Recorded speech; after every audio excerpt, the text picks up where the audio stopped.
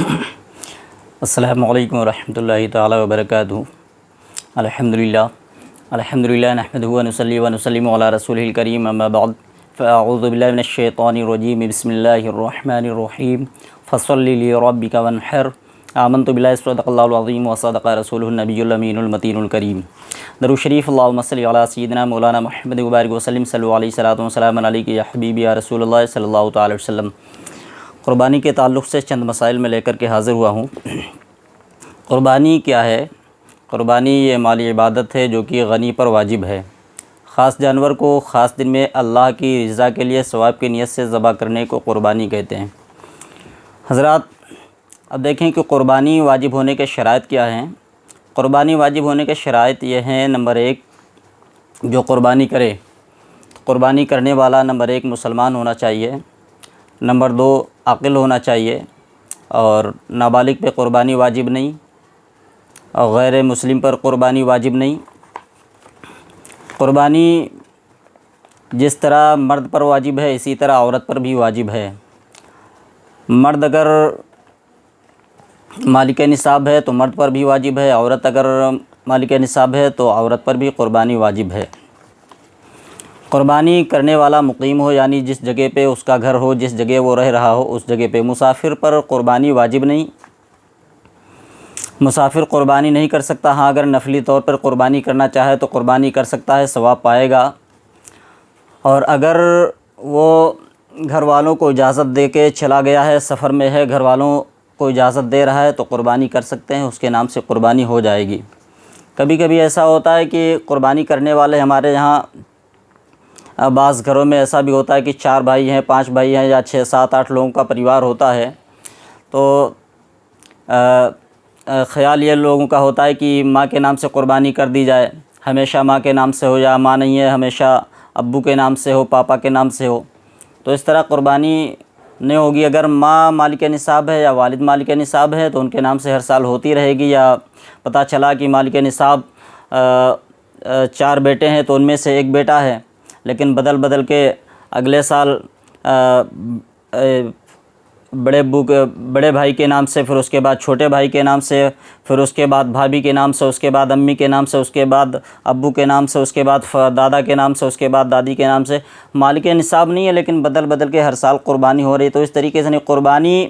جو مالک نصاب ہے اسی کے اوپر قربانی ہوگی۔ اگر مالک نصاب گھر میں 1 ہے تو وہ ہر سال اگر قربانی کر رہا ہے تو ہر سال مالک نصاب ہی کے نام سے قربانی ہوگی۔ اور اگر وہ مالک نصاب ہے اور قربانی 1 ہی کر رہا ہے تو ہر سال مالک نصاب کرے۔ اگر وہ دوسرے کے نام سے قربانی کروانا چاہتا ہے تو اس کے لیے شرط یہ ہے کہ دوسرا انتظام کر لے، دوسرا انتظام کرے، تو دوسرا انتظام جو کرے گا تو وہ قربانی چاہے وہ بھائی کے نام سے کروائے، چاہے وہ دادا کے نام سے کروائے، چاہے وہ دادی کے نام سے کروائے، چاہے بھی جس کے نام سے قربانی کرے وہ قربانی ہو جائے گی۔ اور اگر وہ دوسرے کے نام سے قربانی کروا رہا ہے، مالک نصاب خود ہے اور وہ دوسرے کے نام سے قربانی کروا رہا ہے، تو وہ قربانی تو ہو جائے گی لیکن وہ قربانی نفلی ہوگی۔ اور جو اس کے اوپر واجب ہے، وہ واجب جس کا وہ حقدار ہے، تو واجب جس کے اوپر واجب ہے، جس کے لیے ضروری ہے قربانی کرنا، وہ اگر قربانی نہیں کر رہا تو وہ گنہگار ہوگا۔ اس کا جو حق ہے وہ اس نے اپنا حق ادا نہیں کیا۔ اب دیکھیں کہ قربانی کرنے کے لیے کیا شرط ہے کہ کتنا مال ہو یا کتنے پیسے ہوں، تو کتنے پیسے پر قربانی اس کے اوپر واجب ہوتی ہے، یا کتنی مالیت پہ اس کے اوپر قربانی واجب ہوتی ہے۔ اب دیکھیں 7.5 تولہ سونا یا 52.5 تولہ چاندی کا اگر وہ مالک ہے تو اس کے اوپر قربانی کرنا واجب ہے، ضروری ہے اس کے اوپر کہ وہ قربانی کرے۔ یا 7.5 تولہ سونا نہیں ہے، 52.5 تولہ چاندی ہے صرف اس کے پاس، تو 52.5 تولہ چاندی پر بھی قربانی کرنا اس کے اوپر واجب ہے۔ یا 52.5 تولہ چاندی نہیں، کچھ سونا کچھ چاندی، یہ دونوں چیزیں ملا کر کے اس کی قیمت اگر 52.5 تولہ چاندی کے برابر، جس کے آج یو پی میں، اتر پردیش میں لگ بھگ 45 یا 46 ہزار کی ہوگی، 45 یا 46 ہزار کی قیمت تک اگر دونوں ملا کر کے پہنچتے ہیں تو اس کے اوپر قربانی واجب ہے۔ حاجت اصلیہ کے سوا کسی ایسی چیز کا مالک ہے۔ حاجت اصلیہ ان چیزوں کو کہتے ہیں جو چیز ہمارے استعمال میں آتی ہیں، جیسے کہ حاجت اصلیہ ہمارے پاس 2 موبائل ہیں، ایک موبائل ہم استعمال کر رہے ہیں تو ایک موبائل یہ ہماری حاجت اصلیہ میں سے ہے، یا اور دوسرا موبائل جو ہمارے پاس اس کو ہم استعمال نہیں کر رہے ہیں، وہ خالی رکھا ہوا ہے، فالتو ہے، زائد ہے، یا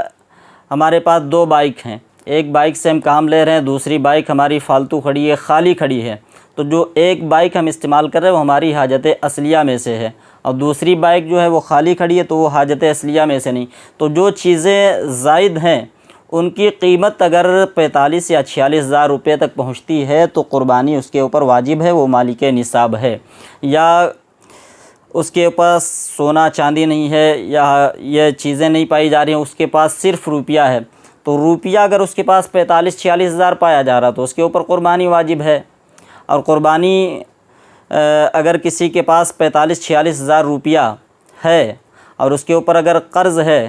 پتہ چلا کہ 20 ہزار روپے قرض ہے، 45-46 ہزار روپے اس کے پاس ہیں، تو وہ اس کے اوپر قربانی واجب نہیں ہوگی۔ قربانی کیونکہ وہ 20 ہزار روپے کا قرض دار ہے تو وہ قرضہ پہلے ادا کرے، پھر اس میں کم ہو جائیں گے تو کم جب ہو جائیں گے تو اس پر قربانی واجب نہیں، کیونکہ جو مسئلہ ہے 7.5 تولہ سونا 52.5 تولہ چاندی ہے، تو اس کی قیمت جو ہے اس کی قیمت تک وہ جب پہنچے گا تبھی اس کے اوپر قربانی واجب ہوگی۔ اور ہاں اگر کسی کے پاس قربانی وہ کرنا چاہتا ہے اور قربانی کرنے کے لیے اس کے پاس 45-46 ہزار روپے کا وہ مالک ہے، نقد اس کے پاس روپیہ نہیں ہے، وہ مالک ہے 52.5 تولہ سونا یا 52.5 تولہ چاندی کا، 7.5 تولہ سونا یا 52.5 تولہ چاندی کا، اگر وہ مالک ہے اور مالک ہونے کے ساتھ ساتھ میں اس کے پاس نقد روپیہ نہیں ہے، جب نقد اس کے پاس پیسے نہیں ہے، وہ قربانی اس کے اوپر واجب ہے، تو اس کو یہ چاہیے کہ وہ کسی سے ادھار لے لے، ادھار لے کر کے قربانی کرے، اس کا واجب ادا ہوگا۔ اور اگر وہ ادھار نہیں لے سکتا تو اس کے پاس جو چیز ہے، اس کے پاس جو سامان ہے، سامان میں سے وہ فروخت کر دے، بیچ دے، وہ قربانی ادا کرے تو اس کی قربانی ہو جائے گی۔ تو یہ قربانی کا جو میں نے بتایا کہ قربانی مالک نصاب، قربانی کرنے والا مالک نصاب کتنے پیسے کا، کتنی جائیداد کا ہونا چاہیے، تو یہ میں نے مسئلہ بتایا، مجھے امید ہے کہ آپ کی سمجھ میں آ گیا۔